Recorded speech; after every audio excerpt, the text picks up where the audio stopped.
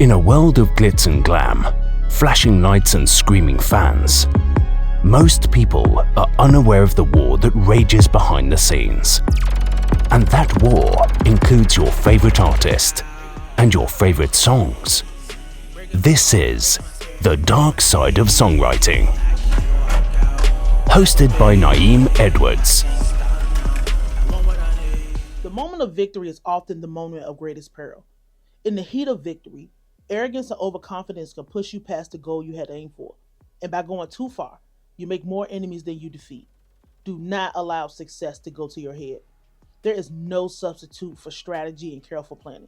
Set a goal, and when you reach it, stop. In the realm of power, you must be guided by reason. To let a momentary thrill or an emotional victory influence or guide your moves will prove fatal. When you attain success, step back. Be cautious. When you gain victory, understand the part played by the particular circumstances of a situation and never simply repeat the same actions again and again.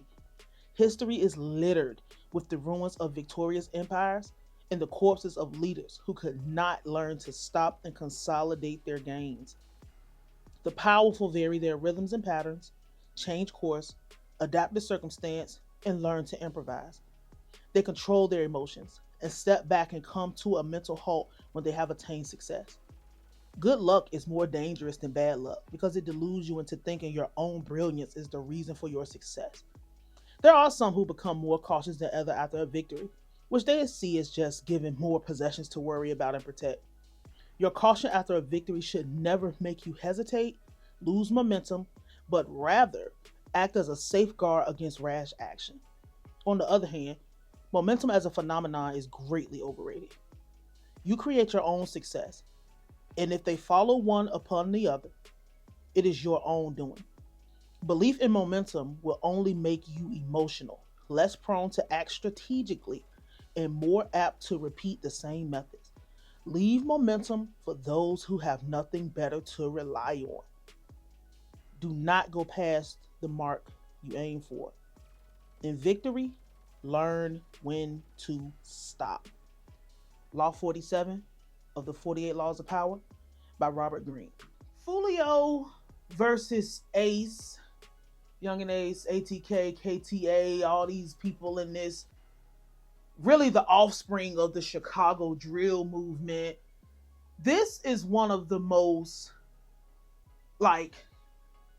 on par situations we've ever seen when we talk about the 48 Laws of Power, because you really could just go through the whole list and really pick out anything, especially now that the killer's conspiracy group, whatever, has been arrested, or most of them have been arrested. I don't know if they found that fifth person yet for the murder of Foolio. 100% well coordinated and everything.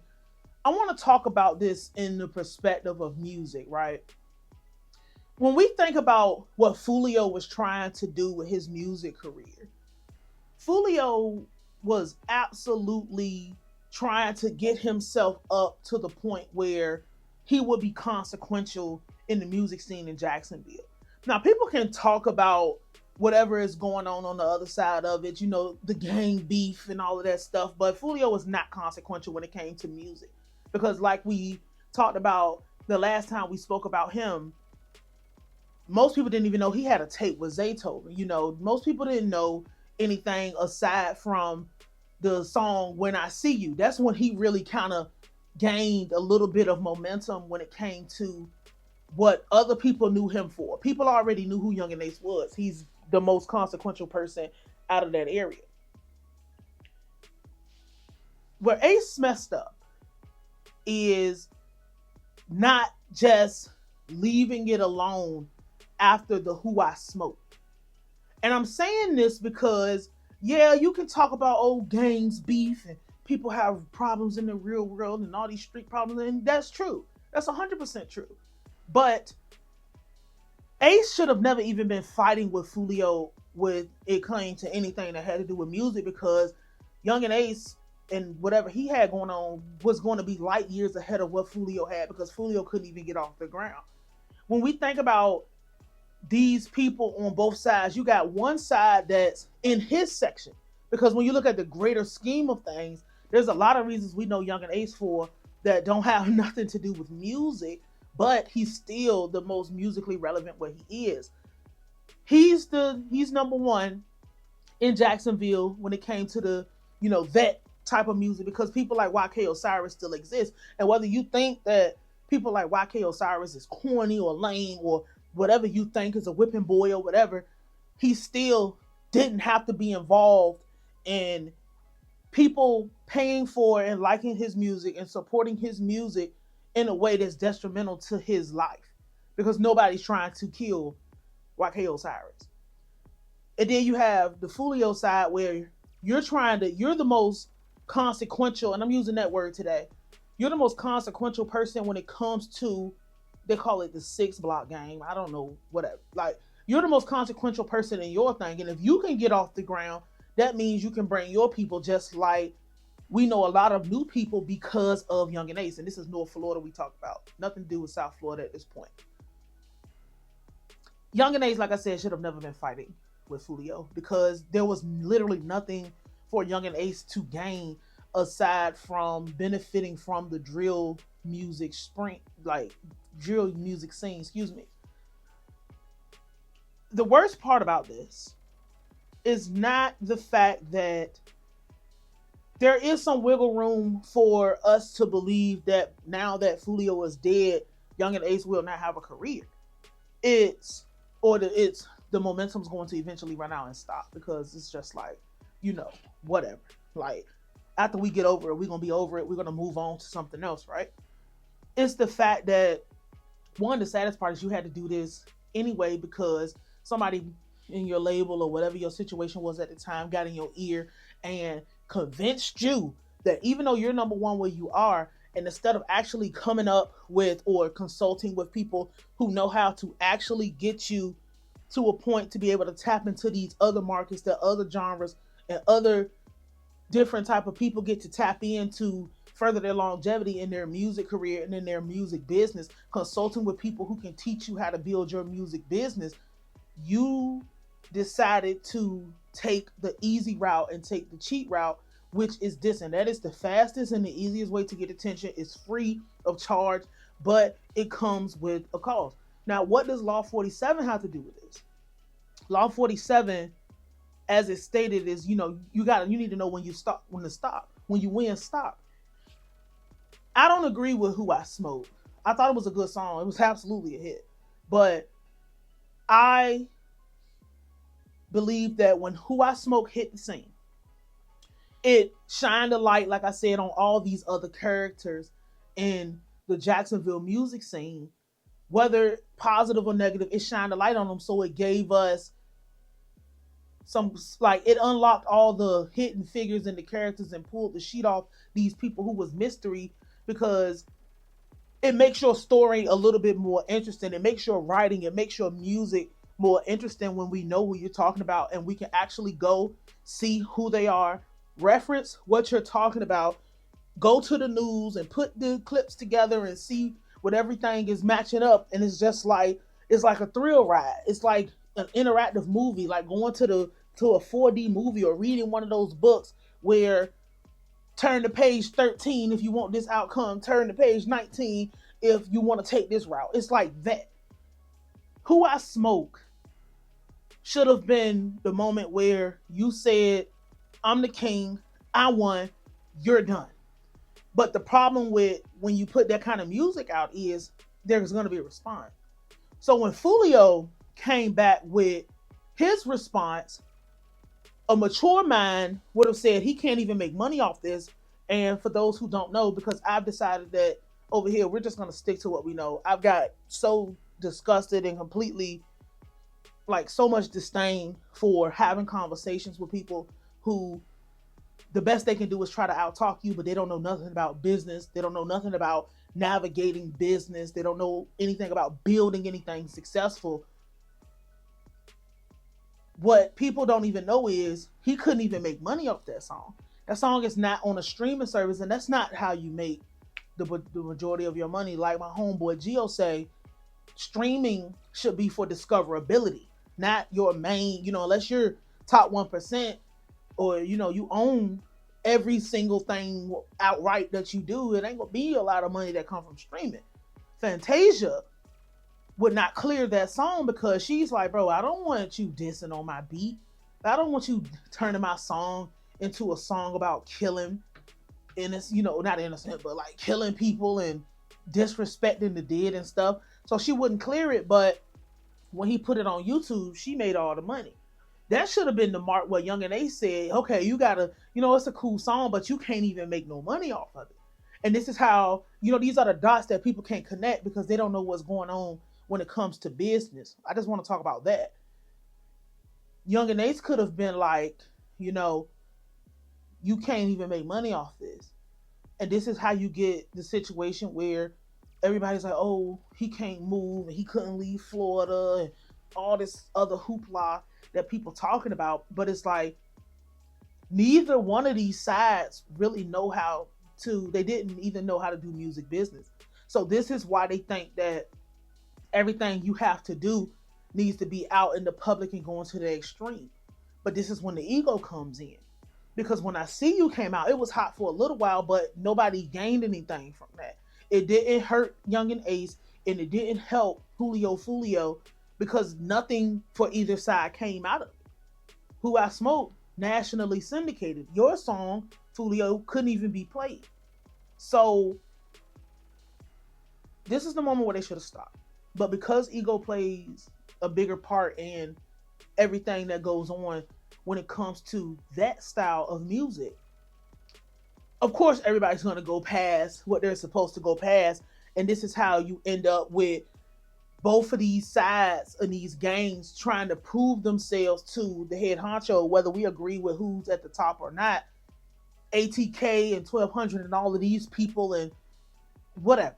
All these groups trying to prove to the people at the top that we're the most please ignore this cat, but we're the most consequential people when it comes to being out here. Because like we've always talked about over here, your problems don't go away just because you think you're getting away from them, just because some time has passed, just because you moving here, you moving there. That's not how things go out here, guys. It's not how the music industry works either. Until you close the door and you finish it and you bury it, it's not going away. But in this case, because we have these young people on both sides, or these people, whatever age they are, don't know, don't care. Because you have both of these people trying to prove to these other people, I'm so this and I'm so that and I'm down and I got you. And you're basically, as the rapper, if you're removed, because Yungeen Ace lives in Houston or Texas somewhere, these people back home, they have to live the soundtracks that you put out. These people back home have to live the music that you drop. They're in the street. They're living the life based on you being basically the mascot for the game. You being the mascot for the home team. You being the mascot for the block, whatever. You're the mascot for what they have to do. So you might not even really know who these people are. Being so high up and being so far removed. And I can say that for both sides. Probably not so much for Fulio, but definitely for Ace's side. You're so high up, you might not even know who these people are. And the police could come out and say anything. Oh, you're affiliated with Yungeen Ace. You're affiliated with Fulio. You're 1200. You're ATK. These gangs clipped up and they, clear as day on the Tesla thing. And then we used our social media to look up, and everybody's claiming this and say they caught a big fish or whatever. Not understanding that most of these people's worlds is limited to where they are because they'll never be nobody and they'll never go nowhere. They'll never be a person again. The word of the day is consequence. They'll never be a person of consequence. So whatever they're doing, all that bullshit that they got going on, that's only limited to where they are. Yes, it happens everywhere, but that street beef is limited to where they are. Once I leave where I am, I don't have to be bothered with that. So I'm so high up on the chain, you trying to get up to me, so you feel like if you can get your name ringing with me, I will come down, scoop you up, and remove you from this. But this is not, it rarely happens. Like it sounds good in theory, but in practice it doesn't happen. So the result ends up being, if you've been following, I hope you have, the result ends up being that you, instead of having people on the ground that just, I'm just happy with the fact that we're better than you. I'm happy with the fact that you're a fucking loser. I'm happy with the fact that you don't know how to win.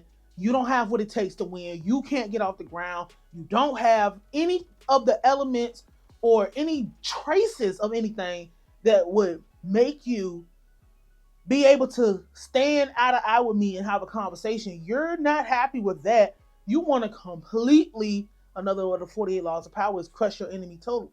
You want to completely eradicate these people. And I know that people don't think this far because they're not people that actually have to run and sustain anything that their life depends on and other people's lives depend on. So they don't understand what I'm even talking about. This isn't something that is a part of their world. So they don't know what I'm saying. But when it comes to having a music career, because these people want music careers, they don't want to be getting shot at. They don't want to be shot through the windshield and murdered and having people do these crazy acts under their name, under their behalf. They don't want people ratting and snitching and thinking on them and all these things. They don't want these things. They want to be musicians. They want to be successful rappers. They want to be the best where they are. But you don't know. You have been trained that there could only be one best. You have been trained that there can only be one person that can be successful from the city that you from. You've been trained because that's that, they call it crabs in the barrel or whatever. And it's a part of the Willie Lynch letter as well, but we don't have to go that deep into the Willie Lynch and that. We'll do a separate episode on that. But like, they've been trained that Yungeen Ace and Foolio can't exist in the same plane because there can only be one person to be successful, because they have bottlenecked this industry for no reason. Because other categories of music don't have to be bothered with this. It's really only that drill and street type of music thing when we're talking about specific points at a geographical location. You've been taught that there's a bottleneck and only one of y'all could come at a time because they don't want to deal with y'all all at the same time. They don't want to dish out no money. They don't want to invest in you how they supposed to. They want to suck you dry because they don't respect you. They don't respect what you do. And they know that there's a million other people that is, you have more in common with them than you have in common with a Beyonce or something like that.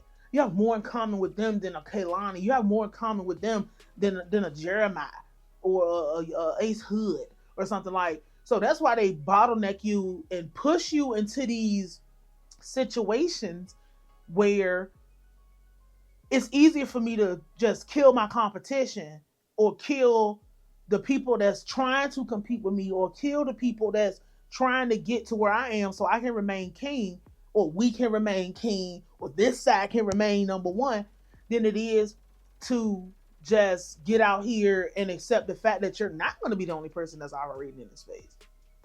You need to know when to walk away. And I would say, to beat this, become so far away from a motherfucker that there's no way that they could catch up or lap you or none of that. I know it's wishful thinking to think that, oh, Julio was going to come through and he was going to shut Yungeen Ace down. It was nothing about Julio Foolio, his music or his career, that could compete with Yungeen Ace.